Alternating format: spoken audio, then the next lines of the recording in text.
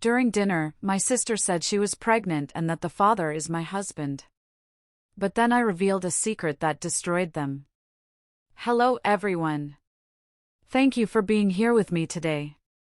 Before I begin my story, grab a warm cup of tea and get comfortable. I'd love to know what time of day you're watching this video.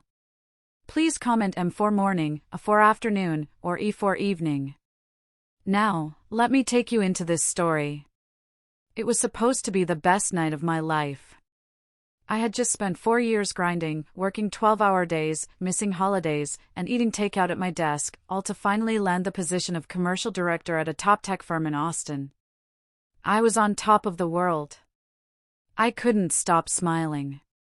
The first thing I did was call the two people I loved most in this world, my husband, Keith, and my younger sister, Brenda.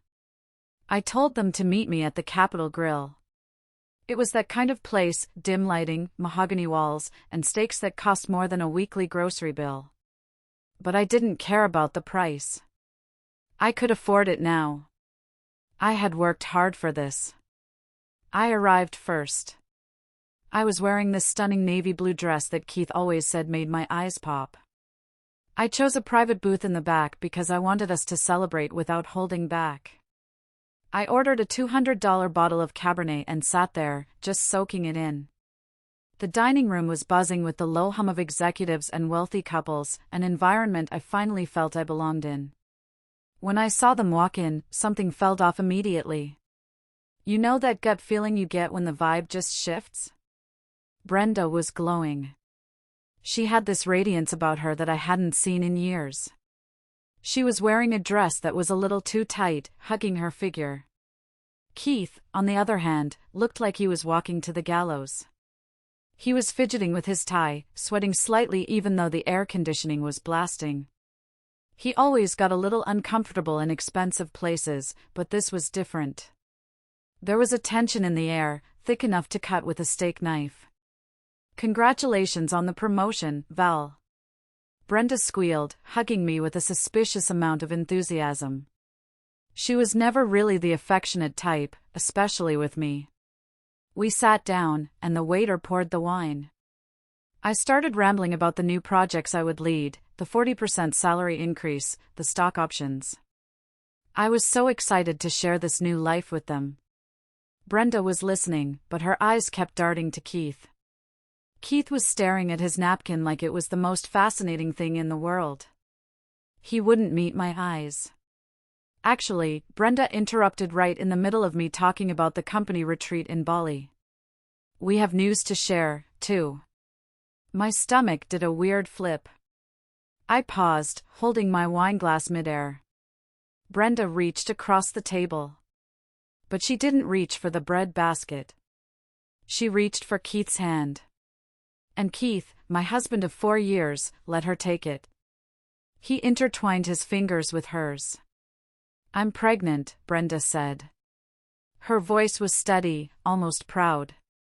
The world stopped. Literally stopped.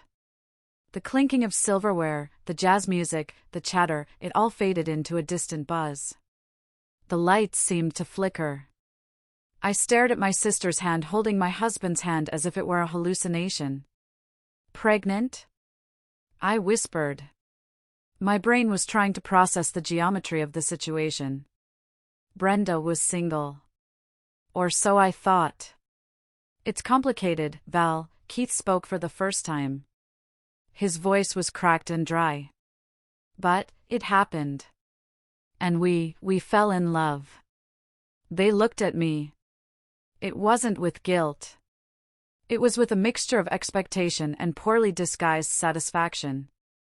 It was as if they were waiting for me to explode. To scream. To flip the table and make a scene that would give the other diners something to talk about for months. Brenda squeezed Keith's hand tighter, and he looked at her with this pathetic puppy dog look of relief, as if confessing made everything okay. How long? I managed to ask. My voice sounded strange, calm, like I was underwater. 3 months, Brenda replied, rubbing her hand over her still flat stomach. It started right after your birthday. My birthday was in December. It was March. 3 months. 3 months of betrayal. 3 months of lies. 3 months of them laughing at me behind my back while I worked 60 hours a week to build a future for us. For Keith and me. Valerie, say something? Keith asked, looking nervous now. Look, I know it's a shock. But love is love, right? And the baby needs both parents together. Congratulations, Brenda laughed, a nervous, high-pitched sound. Look, Val, I know it's not easy, but these things happen. We didn't plan it. But we're a family. We can work this out. I looked at them. Really looked at them. My sister, whose college tuition I paid for when our parents couldn't. My husband, whose car payments I covered every month. They were sitting there, united against me, on the night of my biggest professional triumph. I felt a fire ignite in my chest. It wasn't just anger, it was a cold, hard realization. They didn't just want to be together. They wanted to humiliate me. They chose tonight specifically to ruin my moment. They wanted to see the successful, strong Valerie crumble. I slowly picked up my purse. I pulled out 2 $50 bills, more than enough to cover my glass of wine and the bread I hadn't touched, and placed them on the immaculate white tablecloth. I'm going home, I said, standing up. My legs felt like jelly, but I locked my knees. You two do whatever you want. Valerie, wait. Keith called out, half rising from his chair. I didn't turn around. I walked toward the exit, head held high, navigating through the tables of happy diners. But as I reached the door, I paused. I looked back at their reflection in the large brass mirror near the hostess stand. They were still sitting there. Brenda was smiling. She looked relieved. They thought they had won. They thought the hard part was over. They had no idea. Before I move on to what happened next, I want to take a moment to thank you for being here. If you are listening to this and you're already feeling the heat, please do me a huge favor. Like this video and comment the number 1 down below. It tells me you're with me, that you support me, and that you're ready to hear how I turned this nightmare into their worst reality.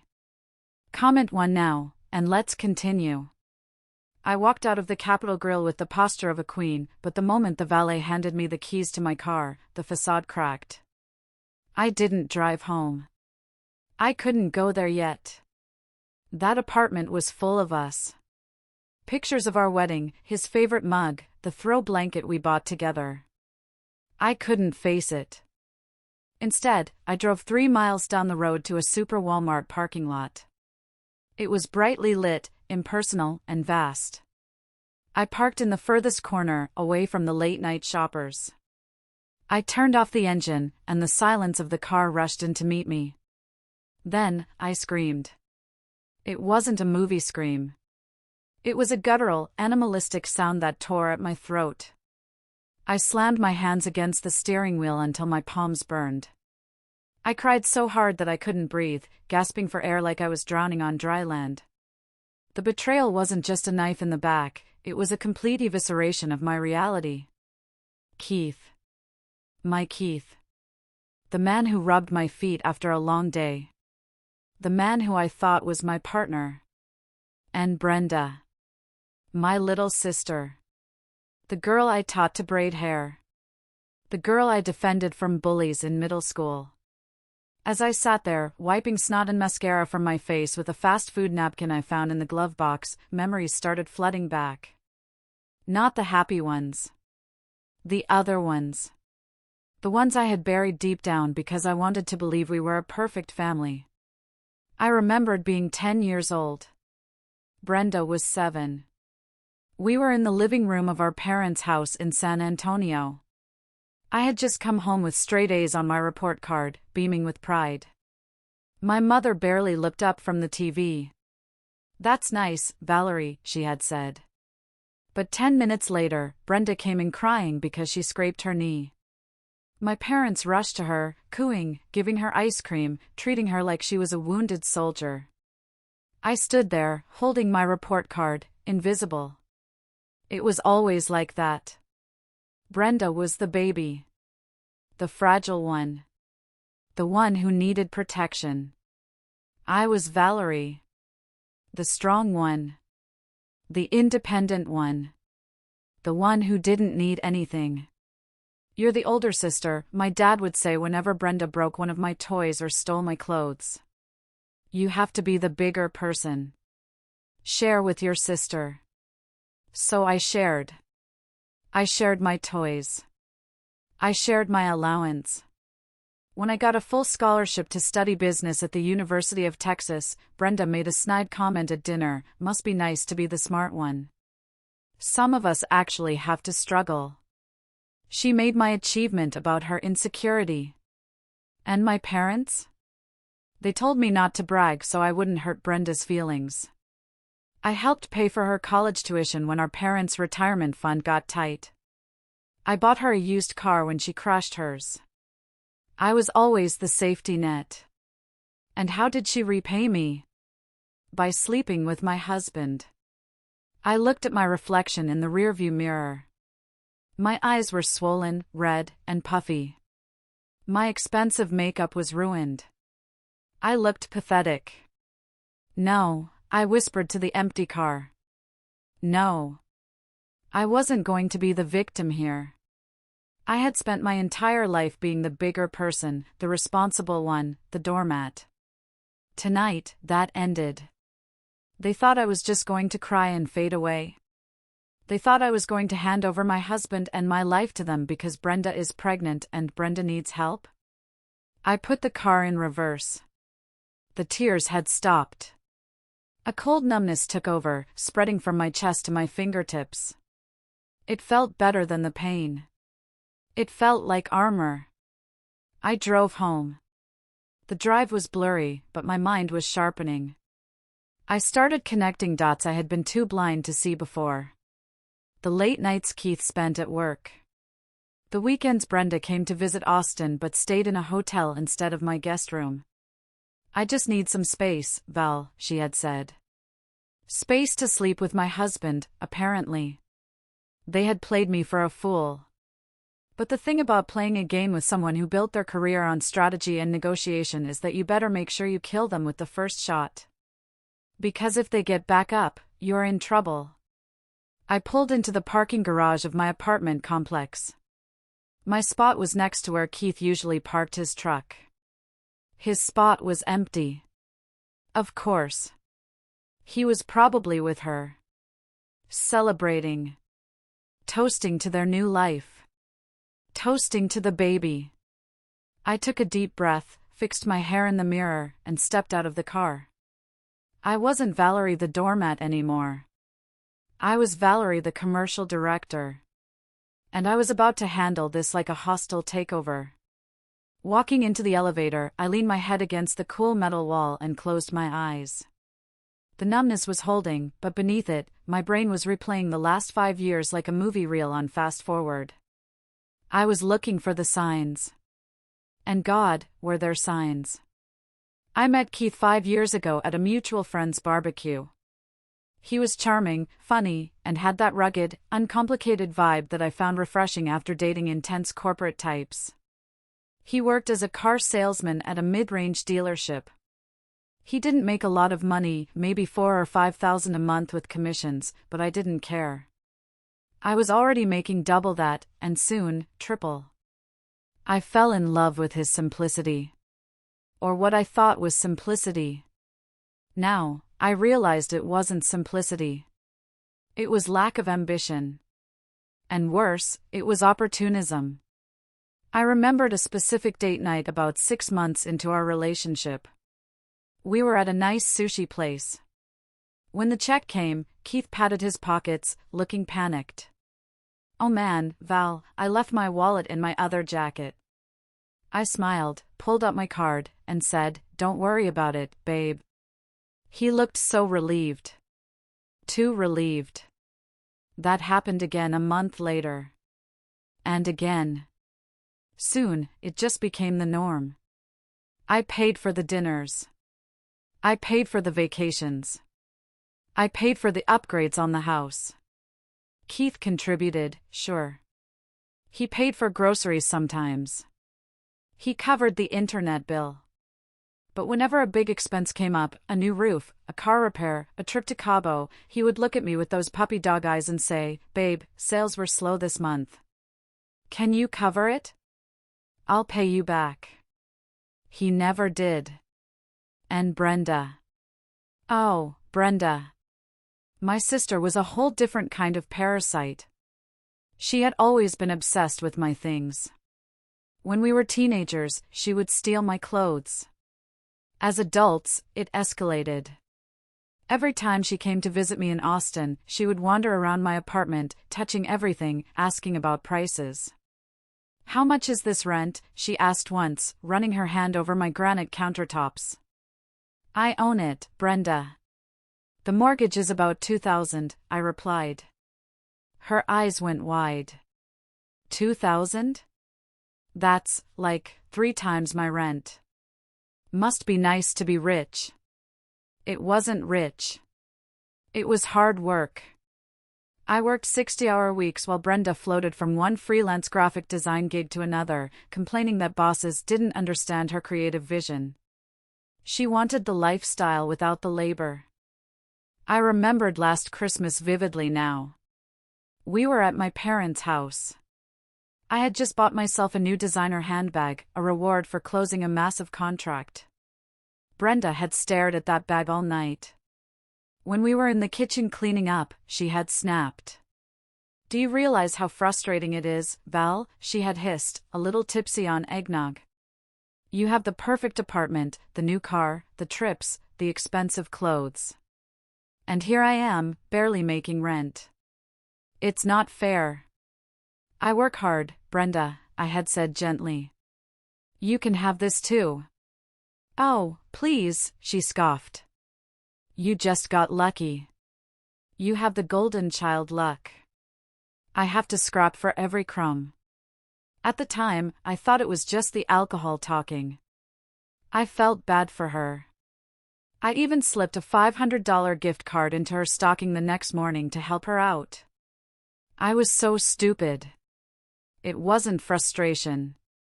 It was envy. Pure, toxic envy. And Keith? He was the bridge.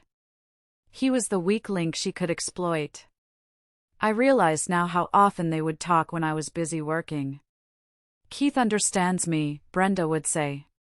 "He knows what it's like to be the underdog." They bonded over their mediocrity. They bonded over their resentment of me. I was the cash cow, the ATM, the person who made them feel small just by existing. So they decided to take me down a peg. What better way to steal my power than to steal my husband? The elevator dinged at my floor. I walked down the hallway, my heels clicking on the concrete floor.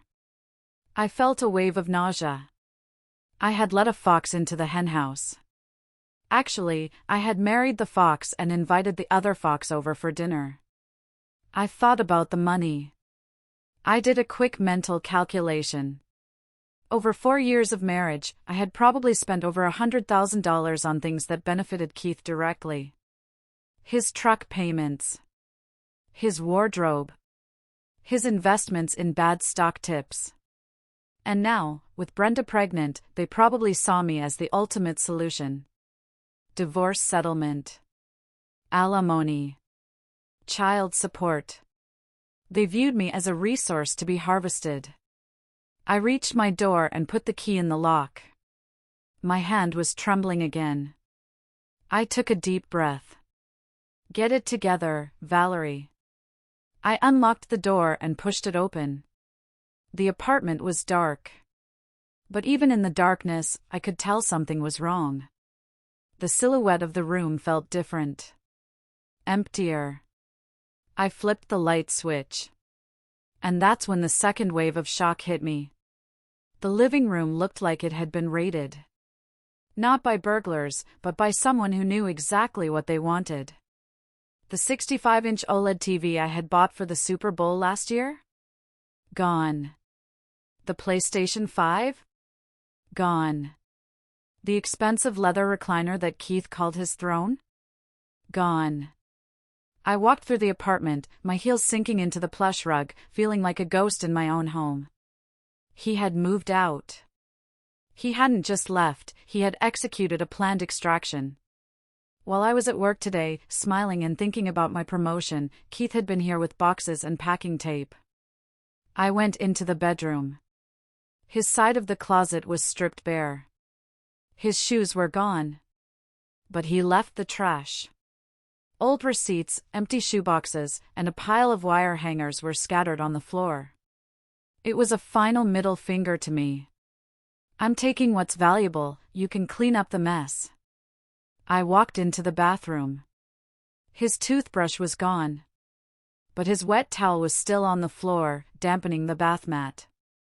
It was so typically Keith. Even in leaving me for my sister, he couldn't be bothered to pick up after himself. I sat down on the edge of the king-sized bed, the bed we had shared for 4 years, the bed where we had whispered about growing old together. I stared at the empty space on the wall where our wedding photo used to hang. He had taken the frame but left the nail. My chest started to tighten. A panic attack. I knew the signs. My heart was hammering against my ribs like a trapped bird. My breath was coming in short, shallow gasps. I slid off the bed and sat on the floor, pressing my back against the wall, trying to ground myself on the cold tile. Breathe, Valerie. Breathe. I couldn't believe the level of coordination this took. They had planned this. They knew exactly when I would be at the office. They knew I would invite them to dinner to celebrate. They used my promotion as the cover for their coming-out party. My phone buzzed on the nightstand. The sound was deafening in the silent apartment. I crawled over and grabbed it. The screen lit up with a message. Sender, Keith. Time, 2:14 a.m. I stared at the name. It felt alien now. I swiped open the message. I'm at B's place. Didn't want to make things awkward at the apartment tonight. We need to talk tomorrow. There are assets to discuss. Be reasonable, Val. Don't make this a war. I read it 3 times. B's place. He was calling her B. A nickname. Intimate. And then the audacity, assets to discuss. Be reasonable. He was already talking about assets. He was sleeping with my pregnant sister, in her bed, probably laughing about how they pulled one over on me, and he had the nerve to tell me to be reasonable? Assets, I whispered the word. It tasted like bile. He meant the money. He meant this apartment. He meant my retirement accounts, my stocks, the value of the startup shares I had acquired. He saw the dollar signs. He thought because we were married in Texas, a community property state, that he was entitled to half of everything I had built. I threw the phone across the bed. I wrapped my arms around my knees and rocked back and forth. The panic was slowly being replaced by a cold, sharp clarity. They thought I was just a hurt wife. They thought I was an emotional wreck who would sign checks just to make the pain go away. They thought they could guilt-trip me into funding their new little family because family helps family. I looked around the room. I had bought this apartment before we got married. I paid the mortgage. I paid the HOA fees. I paid for the renovation of the kitchen. Keith had contributed peanuts. Suddenly, a thought struck me. A memory. It was fuzzy, buried under 4 years of happy marital delusion. Paperwork. Before the wedding. There was paperwork. I stood up, my legs shaky but functional. I walked out of the bedroom and into the second bedroom, which I used as my home office. This was my sanctuary. Keith rarely came in here, he found my organization intimidating. I turned on the desk lamp. Rows of color-coded binders lined the shelves. I was obsessive about documentation. Tax returns, investment statements, insurance policies. I scanned the spines. 2019, 2020. 2021. Where was the marriage file? I pulled down a green binder labeled Personal Legal. My hands were shaking as I flipped through it. Birth certificate. Social Security card. Passport copies. Then, I saw it. A thick envelope at the back. It was sealed. The logo on the corner was from a law firm, Williams & Associates. I stared at the envelope. My heart rate picked up again, but this time it wasn't panic. It was adrenaline. I hadn't opened this since the week before our wedding. I remembered the day clearly now. But before I could open it, my phone rang. It wasn't a text this time. It was a call. I looked at the screen. Mom. It was 7 a.m. on a Friday. My mother never called this early unless someone died. Or unless someone had already spun the narrative. I stared at the ringing phone. I knew exactly what this conversation was going to be. And I knew it was going to break whatever piece of my heart was still intact. I picked up the phone. Hello? Valerie? My mother's voice was frantic, breathless. Oh, thank God. I've been calling Keith, but he won't answer. Brenda just called me. She told me everything. I sat down in my office chair, clutching the sealed envelope in one hand and the phone in the other. She told you she's pregnant with my husband's child? I asked, my voice flat. There was a pause. A long, heavy silence. She told me she's pregnant, yes, my mother said, her tone shifting from panic to a strange, pleading softness. And that Keith is the father. Valerie, honey, are you okay? Am I okay? I let out a dry, humorless laugh. Mom, my husband left me for my sister.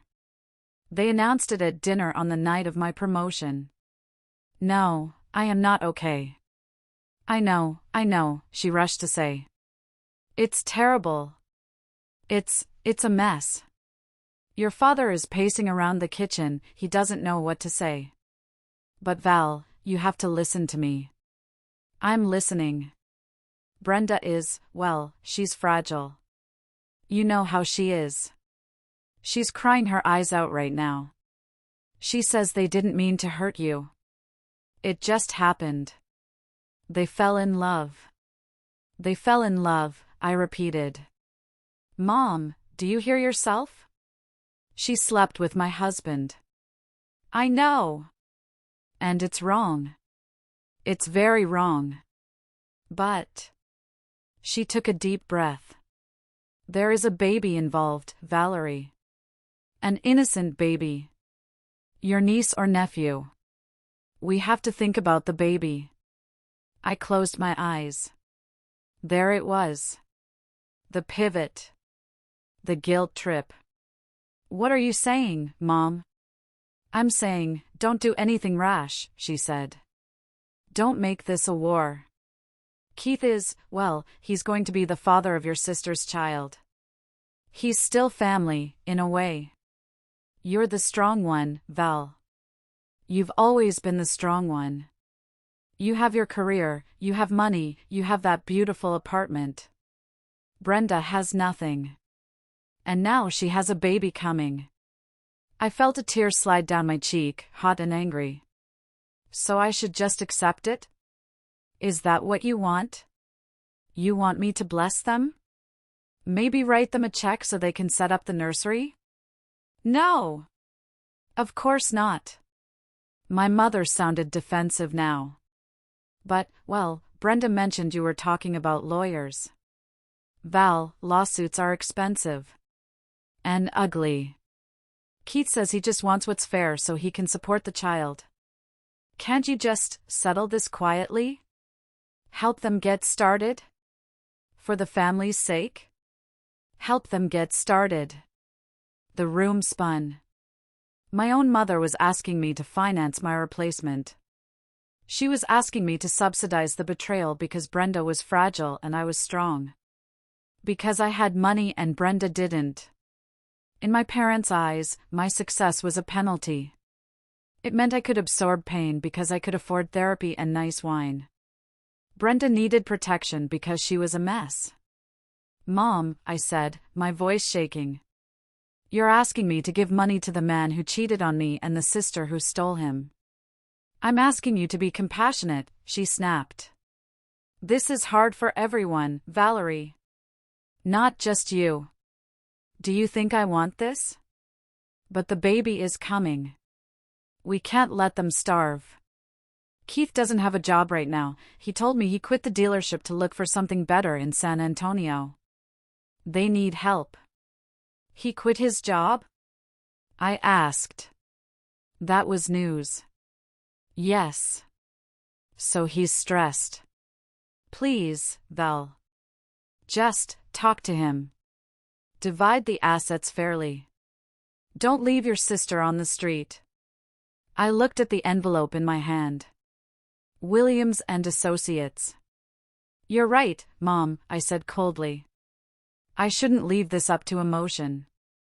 I should handle this like a business transaction. Exactly. She sounded relieved. I knew you'd understand. You're always so sensible. I'll handle it, Mom. Goodbye. Wait, Val. I hung up. I blocked her number. Then I blocked my father's number. I couldn't listen to it anymore. If they wanted to choose sides, they had chosen. They chose the grandkid. They chose the fragile one. I was alone. Truly alone. The realization was terrifying, but also liberating. If I was alone, I didn't owe anyone anything. I didn't have to be the bigger person.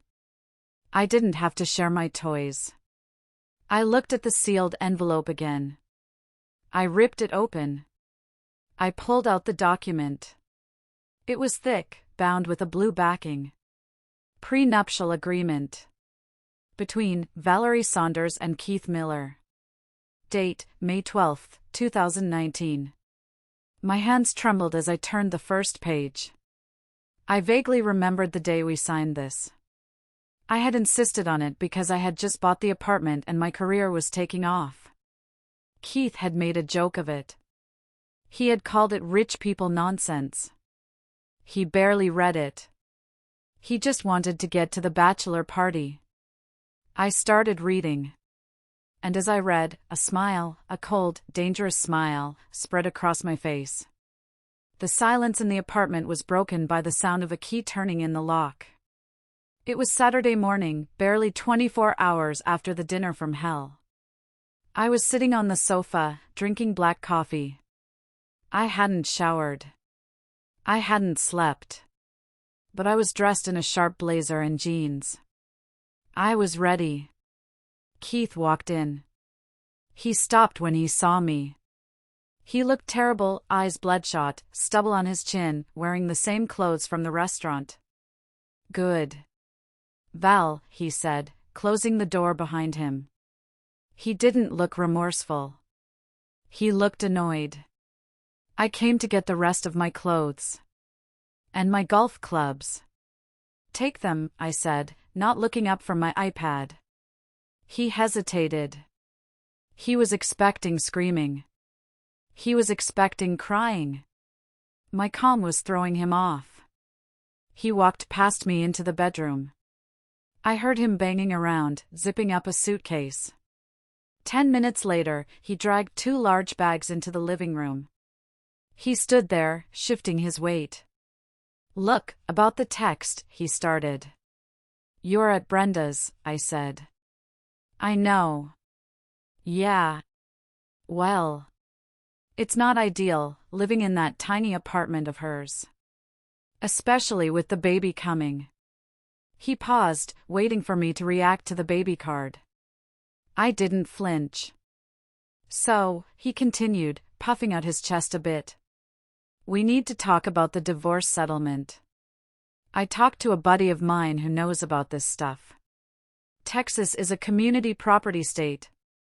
Everything acquired during the marriage is 50/50ths. He said it with such confidence. Such arrogance. And? I took a sip of coffee. And, well, this apartment. We lived here for 4 years. It's the marital home. It's appreciated a lot in value. Zillow says it's worth $600,000 now. You bought it for $350,000. I bought it before the marriage, Keith. Yeah, but we paid the mortgage with marital funds, he argued, parroting whatever legal advice he had Googled or heard from his buddy. So the equity is ours. I want my share. Half the equity. That's about $150,000? Maybe $200,000? I stared at him. He was calculating the payout from his betrayal. And then there's your stock options, he went on, gaining momentum. You got those while we were married. Those are community property. And, well, I'm unemployed right now. I quit the dealership to focus on the transition. So I'm going to need spousal support. Alimony. Until I get back on my feet. Alimony, I repeated. You want me to pay you alimony? To support you while you live with my sister and raise your child. He shrugged, trying to look like the victim. It's the law, Val. Disparity of income. You make, what? $200,000 a year now? I have zero income. The court will order it anyway. I'm just trying to do this amicably. You write me a check for the house equity, agree to monthly support for, say, 3 years? And I won't go after your retirement fund. He thought he was being generous. He thought he was cutting me a deal. You're delusional, I said quietly. I'm realistic, he snapped, his nice guy mask slipping.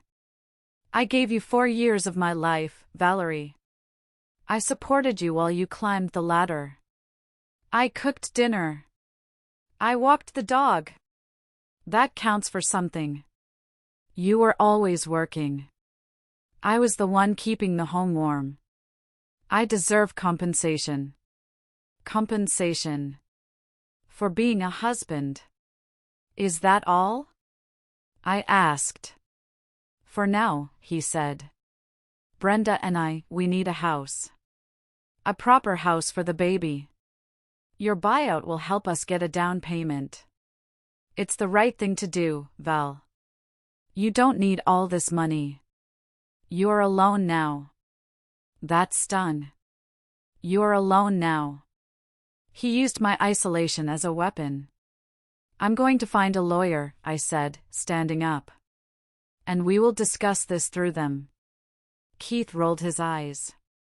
Don't waste money on lawyers, Val. The law is black and white. 50/50ths. You're just going to drag it out and end up paying my legal fees too. Just write the check. Be the bigger person. There it was again. Be the bigger person. The phrase my parents used to groom me into a doormat. Get out, I said. Fine, he grabbed his suitcases.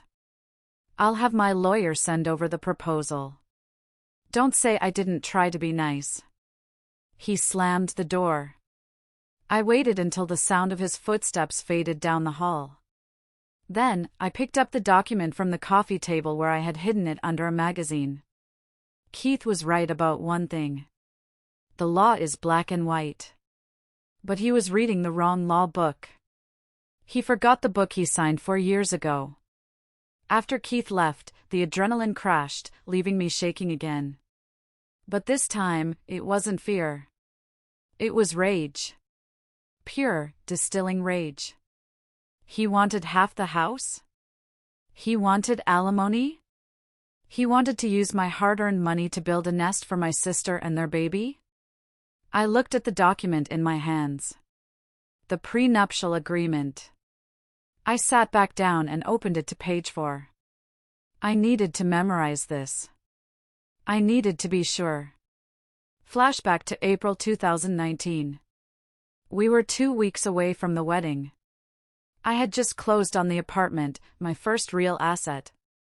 My mentor at work, a sharp woman named Eleanor, had taken me aside. "Valerie," she had said. "You're a rising star. He's a car salesman. I'm not saying don't marry him. I'm saying protect your future." I had felt guilty bringing it up to Keith. We were in love. We were happy. Bringing a contract into it felt unromantic. "Keith," I had said one night over pizza, "my financial advisor suggests we sign a prenup. Just standard stuff. Because of the apartment." Keith had laughed. He actually laughed. He took a bite of pepperoni pizza and waved his hand. "Prenup? Isn't that for, like, billionaires? Or people who plan on getting divorced?" "It's just protection," I explained, feeling small. "For both of us." "Whatever, babe," he had said, wiping grease off his chin. "If it makes you feel better, I'll sign it. I don't care about your money. I care about you. We're gonna be together forever, so it doesn't matter what the paper says, right?" We went to the notary the next day. He didn't even read it. He spent the whole time texting his groomsmen about the bachelor party in Vegas. He signed where the lawyer pointed, joked about signing his life away, and we left. He never asked for a copy. He never mentioned it again. Back to present. I ran my finger over the text. Clause 4.1, Separate Property Regime. The parties agree that the community property regime shall not apply. All property, real or personal, acquired by either party during the marriage shall remain the separate property of the acquiring party. My heart skipped a beat. All property acquired during the marriage. That meant my stock options. My savings. My retirement contributions. I turned the page. Clause 5.2, the marital residence. In the event of divorce, the residence located at address shall remain the sole and separate property of Valerie Saunders. Any contributions made by Keith Miller to the maintenance, mortgage, or improvement of said property shall be considered rent and shall not grant him any equitable interest or claim to the property. I let out a gasp. It was explicitly stated. His contributions were rent. He had zero claim to the equity. And finally, the dagger. Clause 8.1, Waiver of spousal support. Both parties knowingly and voluntarily waive any and all rights to spousal support, alimony, or maintenance, regardless of any future disparity in income or health. He waived it. He waived everything. I sat there, staring at the paper. It wasn't just a legal document, it was a death warrant for his greed. Keith thought he was playing checkmate, but he had forgotten that he resigned from the game 4 years ago. He was banking on the standard Texas laws. He was banking on my guilt. He was banking on my parents pressuring me. He had no idea this document existed, or rather, he was so arrogant and dismissive back then that he had erased it from his memory.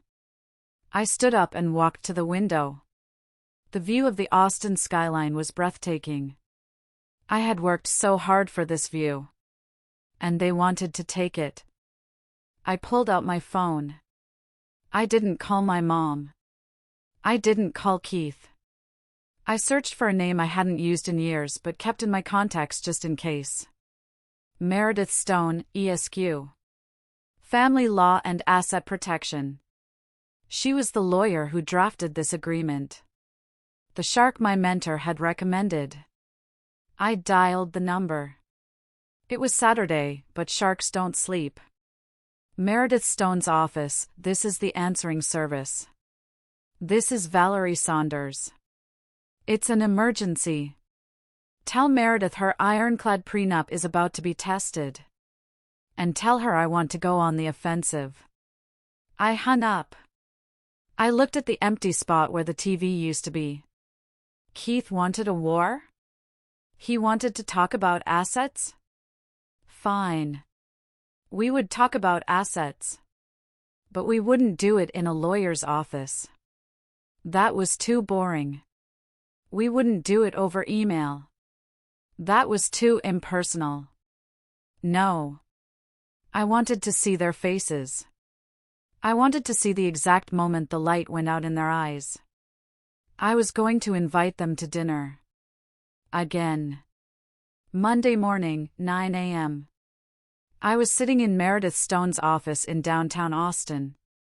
The office smelled of old books and expensive perfume. Meredith walked in, a woman in her 50s with silver haircut in a sharp bob and a suit that cost more than Keith's truck. She sat down, put on her glasses, and looked at the copy of the prenup I had brought. She read it in silence for 5 minutes. Then, she looked up and smiled. It was a terrifying smile. "This is beautiful," she said. "I remember drafting this. Your husband, ex-husband-to-be, was the one who kept checking his watch and asking if we had coffee, right?" "That's him," I said. "Well, Valerie," Meredith leaned back. "You have him by the throat. This document holds up." There was no duress. He had legal counsel available, he waived it. He signed it before a notary. It's comprehensive. "He's asking for half the house and alimony," I said. "He says he's unemployed." Meredith laughed. A dry, sharp sound. "He can ask for the moon. He's not getting it. Under this agreement, he leaves the marriage with exactly what he has in his name. Which, judging by your financial disclosure, is debt. He has about $20,000 in credit card debt. And the truck loan," I added. "And you have assets totaling over $500,000, Meredith noted. And he gets zero. Zero equity. Zero alimony. In fact, since you have no children together, this will be a very swift administrative divorce. The only complication is, well, the sister. She's pregnant," I said, the words still tasting like ash. "He wants money to support them." "Not your problem," Meredith said coldly. "Legally speaking, his paternity of another woman's child is irrelevant to your marital assets. However," she tapped her pen on the desk, "he will try to fight this. He'll claim he didn't understand what he was signing. He'll claim you tricked him. It won't work, but it will be annoying." "I don't just want to win, Meredith," I said, leaning forward. "I want to destroy them." Meredith raised an eyebrow. "Go on." "They humiliated me. They announced the pregnancy at my promotion dinner. They have my parents on their side. They are counting on me being nice. I want to crush that hope. I want them to know exactly how screwed they are, and I want to see it happen." Meredith nodded slowly. "Revenge is not a legal strategy, Valerie. But strategic disclosure is." "I want to meet them," I said. "One last time. I want to pretend I'm agreeing to their terms. I want them to believe they won. And then I want to drop this on the table." Meredith thought for a moment. "Dangerous. But if you keep your cool, it could be effective. If you get him to admit on recording that he's unemployed and living with your sister, it helps us prove he's voluntarily underemployed to avoid future obligations. Plus, if he admits he signed the prenup, even if he says he didn't read it, that's an admission of validity." "So I can do it?" "You can. But you have to be an actress. You have to be the defeated wife. Can you do that?" I thought about the tears in the Walmart parking lot. I thought about my mother's betrayal. I thought about the empty space on my wall. "I can do it," I said. "Good." Meredith slid a folder across the desk. "Here is the plan. We draft a petition for divorce based on the prenup. But you don't serve him yet. You meet him. You let him talk. You let him make his demands. And then, you present the reality. I walked out of that office feeling lighter than I had in days. I had a weapon. Now I just needed to set the trap.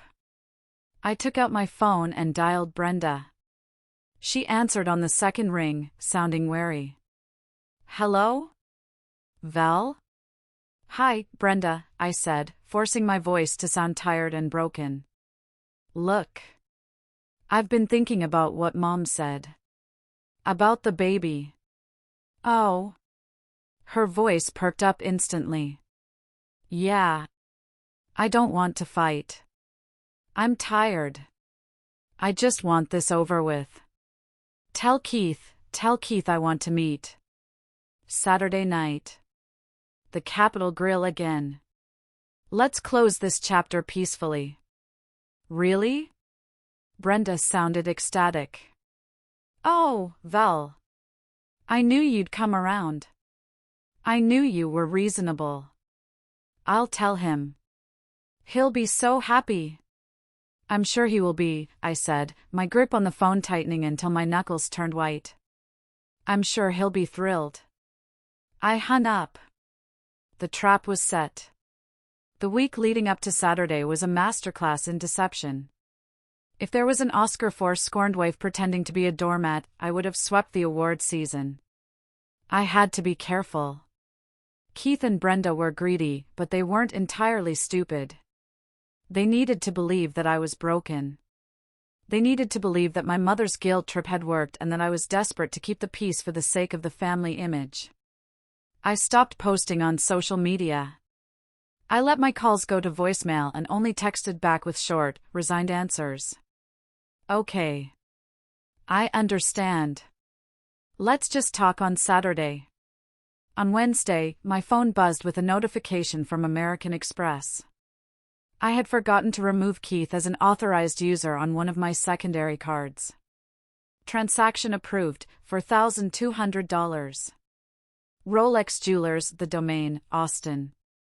I stared at the screen. My blood boiled so hot I thought the veins in my neck would burst. He was unemployed. He was living on his pregnant mistress's couch. And he was buying a Rolex. With my credit card. My finger hovered over the report fraud button. I wanted to freeze the card. I wanted to call the cops. But then, I stopped.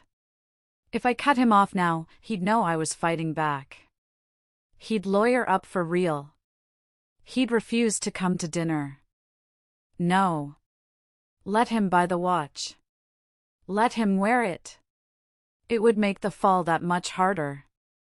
The debt would be in his name eventually, the prenup covered debt separation clearly. He was just digging his own grave, diamond-encrusted shovel in hand. I called Brenda on Thursday evening. I made sure to sound exhausted. Hey, Brenda, I said, pitching my voice low. Hi, Val. She sounded chirpy. Too happy. Keith told me about the dinner. We are so relieved. Honestly, Mom hasn't stopped crying tears of joy. Yeah, well, I sighed heavily. I can't do the fighting anymore. The lawyers, the screaming, it's too much. I just want to give you guys what you need so I can move on. That is so mature of you, Val, she said, her voice dripping with condescension. Really? And don't worry, we don't want to take everything. Just enough to be secure. For the baby. Right. The baby, I said. Bring a list, okay? Write down everything you guys think is fair. I want to look at the numbers together. We already have a list, she giggled. Keith made a spreadsheet. A spreadsheet. The man couldn't balance a checkbook to save his life, but for my money, he made a spreadsheet. Great, I said. See you Saturday. Saturday arrived. I spent the afternoon preparing. I didn't dress like a victim. I dressed like a CEO attending a hostile board meeting. I wore a black sheath dress, sleek, expensive, and intimidating. I pulled my hair back into a tight chignon. Minimal makeup, just a bold red lip. I looked in the mirror. The woman staring back wasn't the crying girl in the Walmart parking lot. She was a predator lying in wait. I grabbed the manila envelope containing the prenup. I also grabbed a second folder, my own calculations on the cost of raising a child in Texas on minimum wage. I arrived at the Capitol Grill at 7:45 p.m. I asked for the exact same table we had sat at 3 weeks ago. The hostess looked at me with recognition, probably remembering my storm out. "Just me for now," I said, slipping her a 20. "My guests will be joining shortly. And please, keep the wine coming." I sat down. The restaurant was bustling. The smell of truffle oil and seared steak filled the air. It was the smell of success. Tonight, it would smell like justice. At 8 p.m. sharp, they walked in. I almost laughed out loud. Keith was wearing the new Rolex. It was flashy, gold, and completely tacky. He had paired it with a suit that I knew I had bought for him 2 years ago. Brenda was wearing a white dress that emphasized her small baby bump. She was glowing with the smug satisfaction of a woman who thinks she pulled off the heist of the century. They walked in holding hands, parading their love through the dining room. They slid into the booth opposite me. "Valerie," Keith nodded, trying to look solemn but failing to hide the excitement in his eyes. "You look good." "Hi, Val," Brenda smiled. "Thank you for doing this." "Really?" "Let's order," I said, ignoring the pleasantries. "I'm not staying long." We ordered. They ordered the most expensive items on the menu: lobster mac and cheese, the tomahawk ribeye, a bottle of Camus. They were treating this like a victory lap. They thought I was paying. "So," Keith said, leaning back and flashing the Rolex. "About the settlement." I brought the list. He pulled out a folded piece of paper from his jacket pocket. He smoothed it out on the table. "Like I said, we want to be fair," Keith began, his voice taking on a pseudo-professional tone. "We're willing to waive claim to your 401k if you agree to the immediate buyout of the apartment equity and a lump sum alimony payment of, let's say, $50,000? Plus the monthly support for 3 years. Brenda chimed in, "And we were thinking, since you're keeping the furniture, maybe you could help us with a nursery allowance? Cribs are so expensive these days." I watched them. I watched their mouths move. I watched them eat my bread and drink the wine I was going to make them pay for. They were dissecting my life, carving up my hard work like vultures picking at a carcass. "Is that all?" I asked, my voice dangerously calm. "Well," Keith scratched his chin. "The truck. It's in your name for the insurance discount. I need you to transfer the title to me. And pay off the remaining balance. As a gesture of goodwill." I nodded slowly. A gesture of goodwill. Interesting choice of words. I reached into my bag. "I have something for you too," I said. Keith's eyes lit up. He probably thought it was a check. Or the signed divorce papers agreeing to his terms. I pulled out the yellow envelope. It looked old. The edges were slightly bent. "Before we discuss the nursery allowance," I said, placing the envelope on the table, "we need to review some existing paperwork." Keith frowned. "What is that?" "Open it," I said. The atmosphere at the table shifted instantly.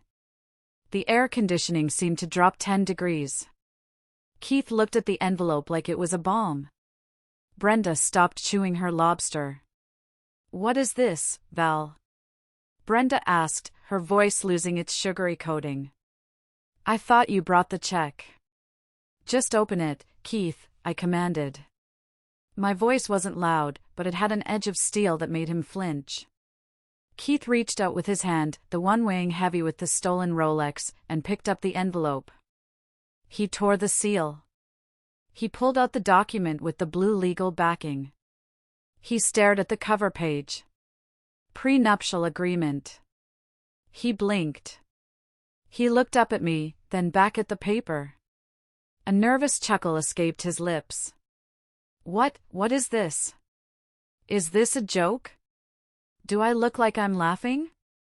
I asked, staring dead into his eyes. That is the contract you signed on May 12, 2019. The one you called rich people nonsense.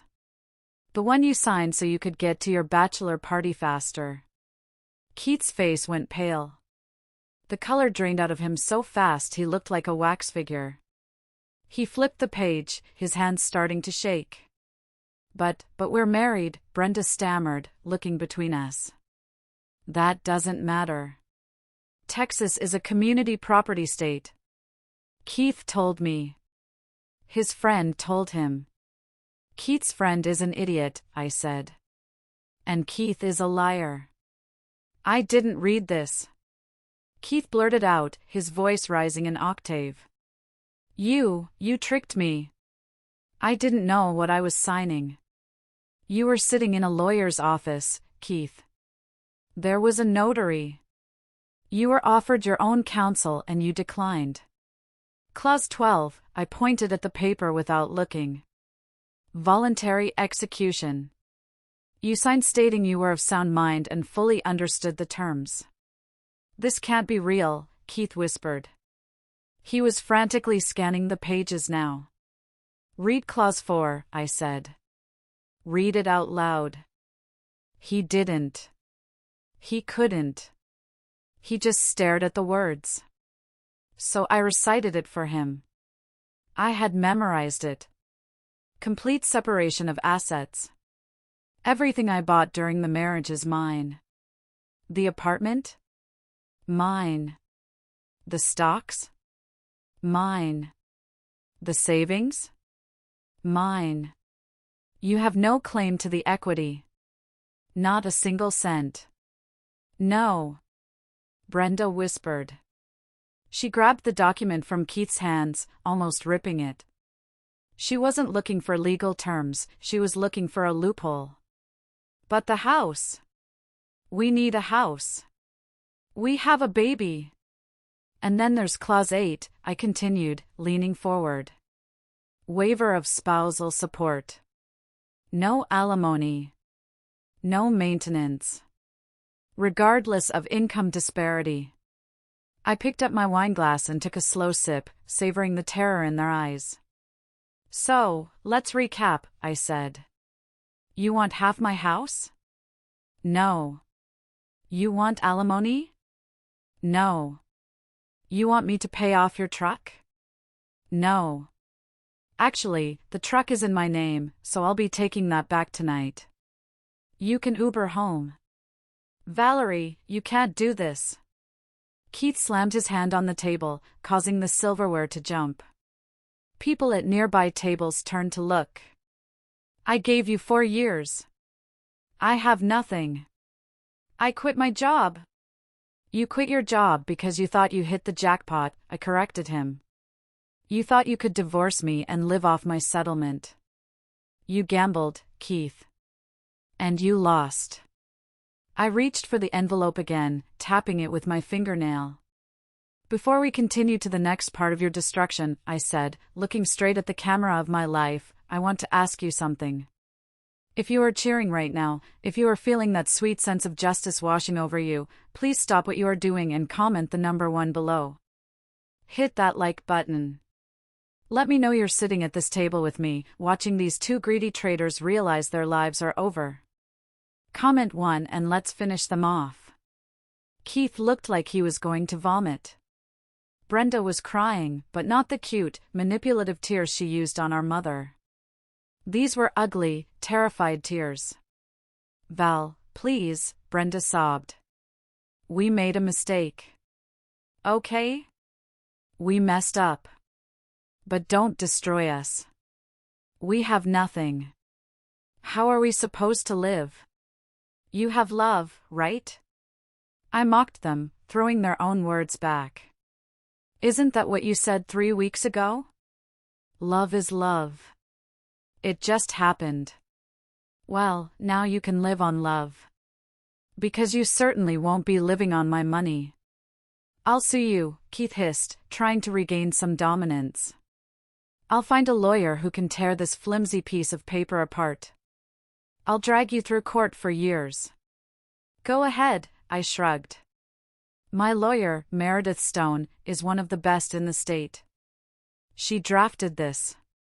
She's waiting for your call. But Keith, lawyers cost money. Retainers start at $5,000. Do you have $5,000? He went silent. He didn't even have $500. I didn't think so, I said. And by the way, that Rolex? The transaction is pending. I'm reporting it as unauthorized use of a credit card tomorrow morning. You might want to return it before the police get involved. He instinctively covered the watch with his other hand. Now, I said, pulling out the second folder. Let's talk about your future. Because while you were planning how to spend my money, I was doing some math for you. I opened the second folder. It was a simple spreadsheet, far more accurate than whatever fantasy numbers Keith had scribbled down. Since you like spreadsheets, Keith, I made one for you. I slid the paper across the table. It was a breakdown of the cost of living versus their projected income. Let's look at the numbers, I began, using my boardroom presentation voice. Keith, your average income at the dealership was $5,000 a month gross. But you quit. Let's assume you get a similar job, which will be hard, considering I know the owner of your old dealership and he knows why you left. But let's be generous. I pointed to the first column. $5,000 gross. After taxes, that's about $3,800. Now, here is the fun part. Child support. Brenda looked up, her eyes red and puffy. Child support? But we're together. For now, I said. But in the eyes of the law, Keith is the father and he has an obligation. Even if you stay together, that money is legally earmarked for the child, not for your rent or your hair extensions. But let's be real, statistically, relationships born from affairs end within 2 years. So, when you inevitably break up, Keith will owe 20% of his net income for one child in Texas. I tapped the figure. $760 a month. Automatically deducted from his paycheck. Keith stared at the number. So now Keith is taking home $3,040. Rent for a 2-bedroom apartment in a safe area of Austin is at least $1,800. Utilities, $200. Car insurance, since you'll be buying your own car now, $150. Gas, $200. Phone, $100. I did the mental math for them. That leaves you with roughly $590 a month for food, diapers, clothes, and medical bills. And Keith, you have $20,000 in credit card debt. Minimum payments are what? $600? I paused for effect. You are in the red, Keith. You are technically insolvent. Every single month, you will be losing money. I turned to Brenda. And you, B. Freelance graphic design. You made, what, $12,000 last year? That barely covers groceries. And with a newborn? Daycare costs $1,200 a month. So you can't work full-time unless you find free childcare. Mom and Dad will help us, Brenda shot back, her voice trembling. They won't let us starve. Mom and Dad are retired on a fixed income, I reminded her. Dad's pension isn't a bottomless pit. If you move in with them, you'll be 3 adults and a screaming baby in a 3-bedroom house. You think that's going to work? You think Keith, who likes his throne and his OLED TV, is going to enjoy sleeping in your childhood twin bed? I looked at Keith. He looked like he was shrinking physically. The arrogance was gone. The man of the house act had crumbled into dust. He looked at Brenda, and for the first time, I saw it in his eyes, resentment. He was looking at her not as his lover, but as the anchor that was dragging him to the bottom of the ocean. He had left a woman with a penthouse and $1 million net worth for a woman who was going to force him to live in his in-laws' spare room. "You did this," Keith muttered, looking at me. "You set us up." "I didn't make you sleep with my sister, Keith. I didn't make you sign the prenup without reading it. I didn't make you quit your job. You did all of that. I just kept the receipts." I stood up. I felt 10 feet tall. "I'm filing the divorce petition on Monday. It will be uncontested, because you have no money to contest it. You will sign the papers, Keith. If you don't, I will sue you for the $100,000 of marital funds you wasted on lifestyle expenses over the last 4 years. I have the bank statements. I will make sure you spend the next 10 years paying me back every cent." Keith didn't move. He couldn't. "Oh, and the bill?" I pointed to the waiter who was hovering nearby. "It's on you. Enjoy the tomahawk ribeye. It's the last expensive meal you'll eat for a decade." I grabbed my purse. I didn't look back at the mirror this time. I didn't need to. I knew exactly what I would see, 2 people realizing that the grass wasn't greener on the other side. It was scorched earth. I walked out into the cool night air. I pulled out my phone and deleted Keith's contact. Then Brenda's. It was over. The war was won. But the cleanup operation was just beginning. The next few weeks were a blur of legal paperwork and emotional fortitude. I filed for divorce on Monday morning, citing insupportability and attaching the prenuptial agreement as Exhibit A. Keith tried to fight back, just like Meredith predicted. He found some strip mall lawyer who tried to send a threatening letter claiming fraud in the inducement, arguing that I had somehow tricked Keith into signing the prenup by promising to take care of him. Meredith responded with a 3-page letter that was essentially a legal sledgehammer. She attached the transcripts of the notary session, which she had wisely kept, the waiver of counsel Keith had signed, and a timeline of his unemployment. She ended the letter with a simple threat: "If you pursue this frivolous claim, we will seek full legal fees and sanctions against your client." Keith's lawyer dropped him 2 days later. Keith didn't have the retainer to hire a new one. He signed the divorce papers.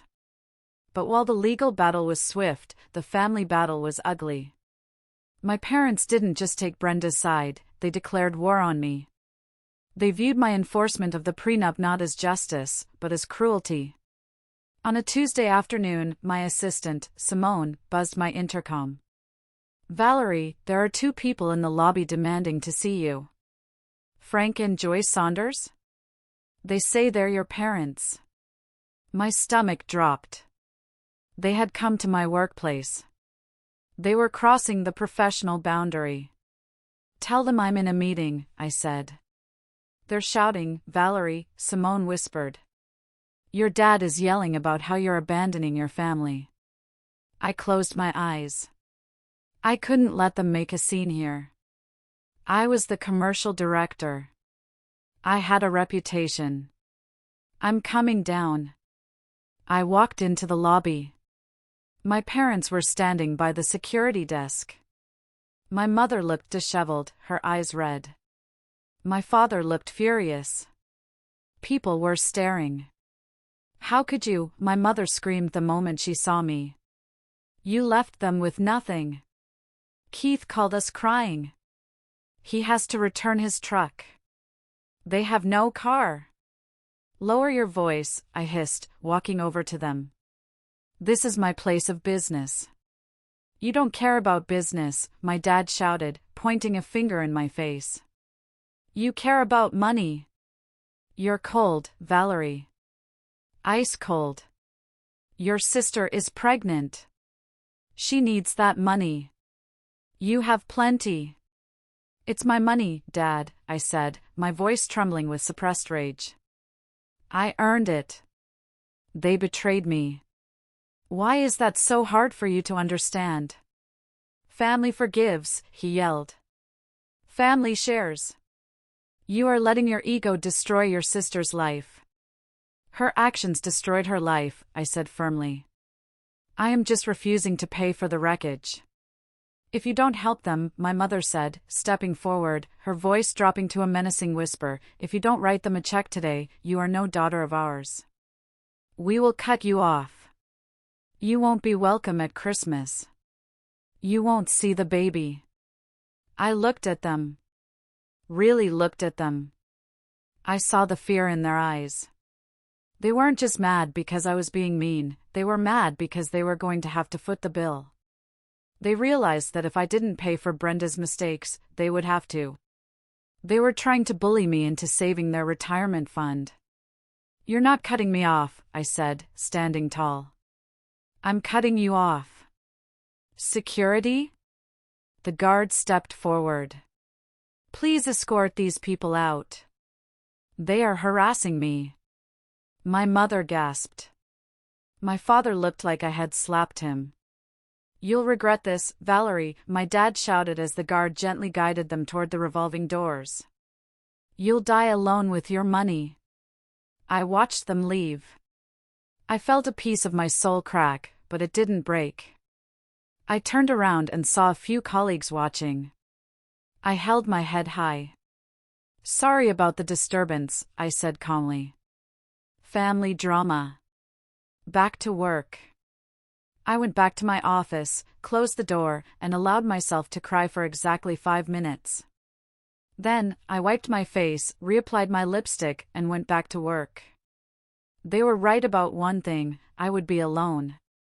But I would rather be alone in a penthouse than surrounded by leeches in a pit. 6 months passed.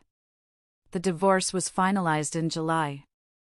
I was officially a single woman. I didn't speak to my family, but in the age of social media and small towns, news travels. I had a cousin, Sarah, who was the black sheep of the family because she refused to go to church. She became my spy. Sarah called me one night in October. Val, you have no idea, she whispered, like she was sharing state secrets. It's a disaster over there. Tell me, I said, sipping a glass of Chardonnay on my new balcony. So, Keith and Brenda moved in with your parents in San Antonio. But the house is too small. Keith is sleeping on the pull-out couch in the den because Brenda needs the bed for her back. Dad hates it because Keith stays up late watching TV. Does he have a job? He got a job at a used car lot. Like, a buy here pay here place on the highway. He makes minimum wage plus commission, but he's not selling anything. He's miserable. He looks 10 years older, Val. He's gained like 30 pounds. And Brenda? She had the baby last week. A girl. Kayla. My niece. I felt a twinge of sadness, but I pushed it down. Is she okay? Physically? Yes. But mentally? She's losing it. The baby has colic. Screams all night. Brenda is exhausted. And since they have no money for a nanny or daycare, she's stuck in the house 24/7. And get this, Keith and Brenda fight constantly. The neighbors called the cops once because they were screaming so loud. What were they fighting about? Money. Obviously. Keith blames Brenda for seducing him and ruining his easy life with you. Brenda blames Keith for being a loser who can't provide. She actually told Mom, I thought he had money. Can you believe that? I laughed. It was a dark, bitter laugh. She thought he had money because I made him look rich, I said. I bought the clothes. I bought the truck. She fell in love with my wallet, but she thought it was his personality.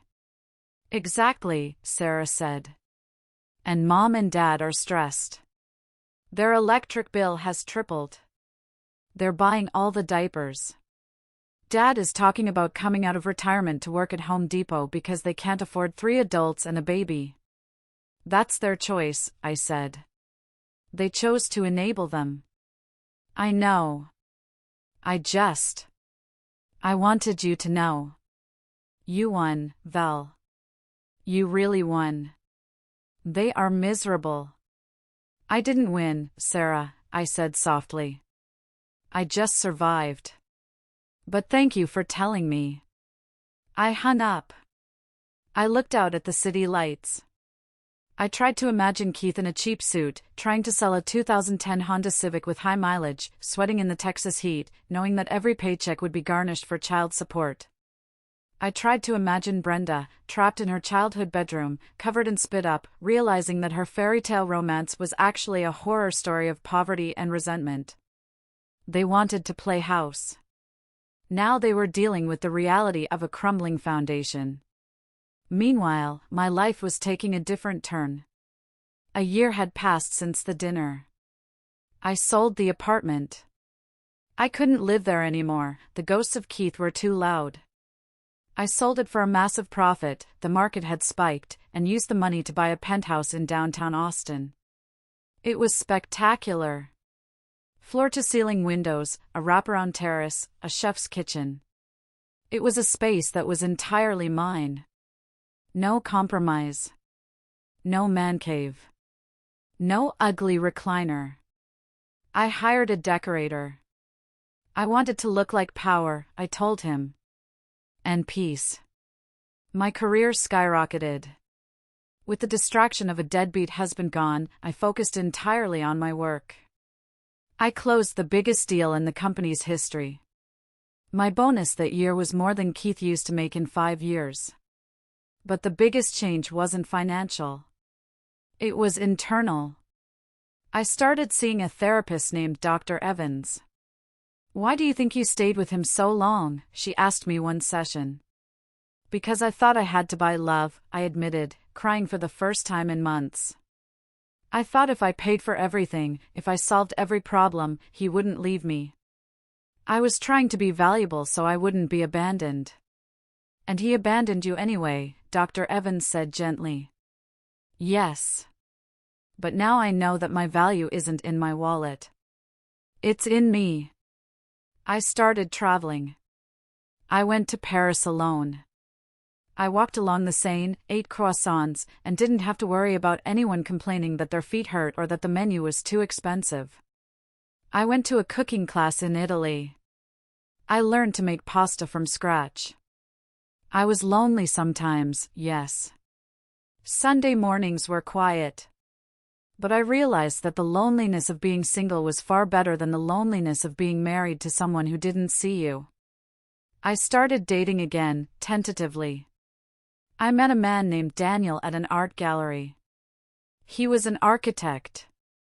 Successful. Own firm. On our first date, the check came.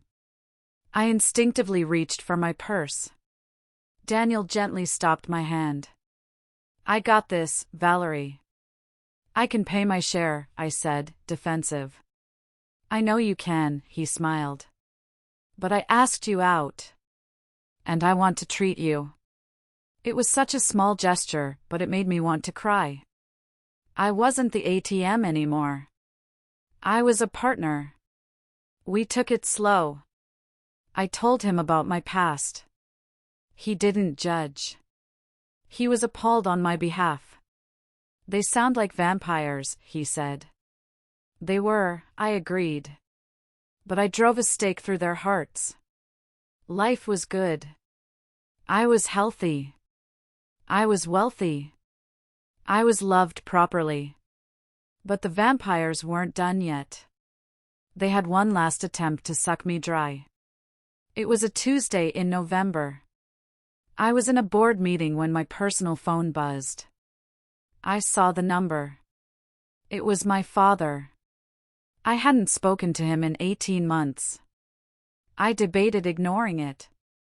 But curiosity, and maybe a lingering sense of duty, made me answer. I stepped out of the meeting. "This better be good." "Valerie?" His voice sounded old. Frail. "Valerie, please don't hang up." "What do you want, Dad?" It's bad, Val. Keith left. I paused. Left? Like, to the store? No. He left Brenda. He packed his bags in the middle of the night and took off. He left a note saying he couldn't take the screaming baby and the nagging anymore. He moved to Houston. He says he's not coming back. I felt a surge of validation so strong it almost knocked me over. I knew it. I knew he wouldn't last. I'm sorry to hear that, I said, keeping my voice neutral. Brenda she's broken, Val. She's hysterical.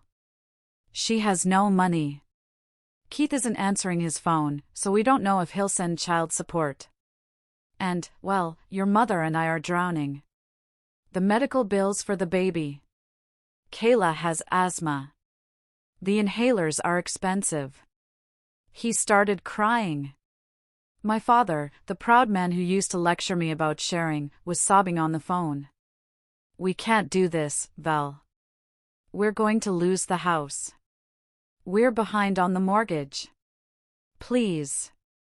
I'm begging you. Just help us. Not for Keith. Not even for Brenda. For us. For your parents. And for the baby. I leaned against the glass wall of the conference room, looking out at the city. I felt a pang of pity. Not for Brenda, she made her bed. But for my parents, who were old and foolish, and for an innocent child who was born into a mess.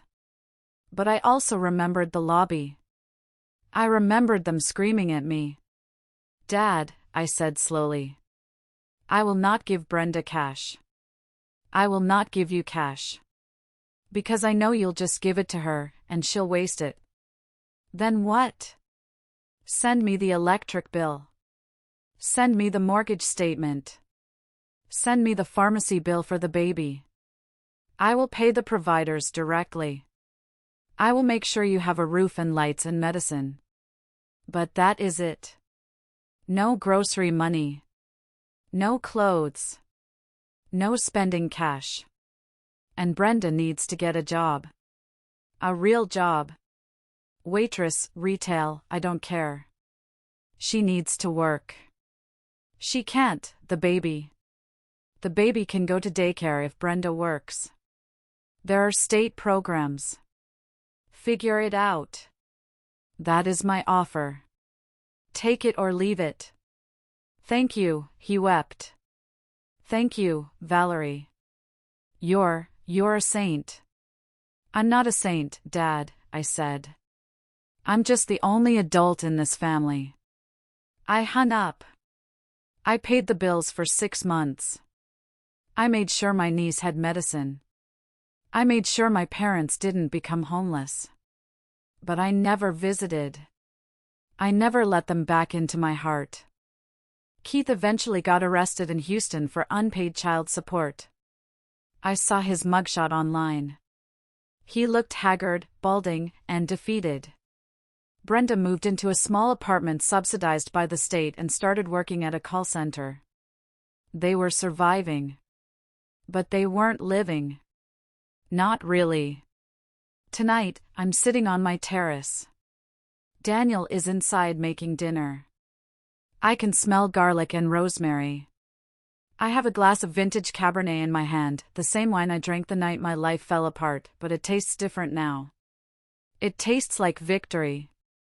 I look back at that night at the Capitol Grill, and I realize something strange. Keith and Brenda didn't ruin my life. They saved it. If they hadn't betrayed me, I would still be married to a leech.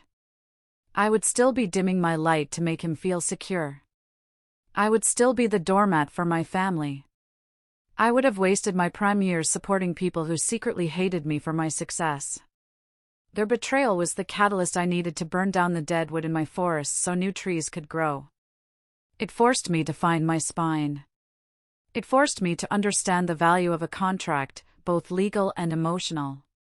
It taught me that family isn't defined by blood, it's defined by loyalty and respect. My family now is Daniel. My family is Simone, my assistant who stood by me. My family is Sarah, my cousin. My family is me. To anyone listening who is going through this, who feels the knife in their back, who feels the world crumbling, listen to me. Do not just cry. Do not just accept it. Check your paperwork. Check your bank accounts. Dry your tears and sharpen your claws. Because the best revenge isn't screaming. It isn't slashing tires. The best revenge is living a life so full, so rich, and so happy that their existence becomes irrelevant to you. The best revenge is letting them watch you rise while they sink under the weight of their own poor choices. I take a sip of wine. Daniel calls my name from the kitchen. Coming, I say. I put the glass down. I smile at the city. I am Valerie Saunders. I was betrayed. I was humiliated. I was abandoned. And I have never been better. Thank you so much for listening to my story. It wasn't easy to relive, but I hope it gives you strength. If you enjoyed seeing justice served, please like this video and share it with a friend who needs to hear it. And don't forget to subscribe, we have so many more stories to tell. I'm signing off now to enjoy my dinner. Goodbye, and stay strong. Valerie's story reminds us that sometimes our greatest transformations emerge from our deepest wounds. While betrayal shattered the life she thought she had built, it simultaneously revealed the foundation of strength she never knew existed within herself. This narrative isn't simply about revenge, it's about reclaiming one's dignity and understanding that true value comes not from what we give to others, but from what we demand for ourselves. In a world that often teaches us to sacrifice our needs for the sake of family or love, Valerie's journey illustrates the critical importance of establishing boundaries. She discovered that generosity without limits becomes exploitation, and that sometimes walking away isn't an act of cruelty, but of necessary self-preservation. The prenuptial agreement wasn't just a legal document, it was a symbol of her inherent worth, a declaration that she deserved protection even when she couldn't foresee needing it. Perhaps the most powerful lesson here is that our greatest victories aren't measured by how we punish those who hurt us, but by how we rebuild ourselves afterward. Valerie found authentic connection, reclaimed her professional power, and created a life defined by genuine value rather than obligation. Have you ever had to rebuild your life after betrayal? What boundaries have you established to protect your worth?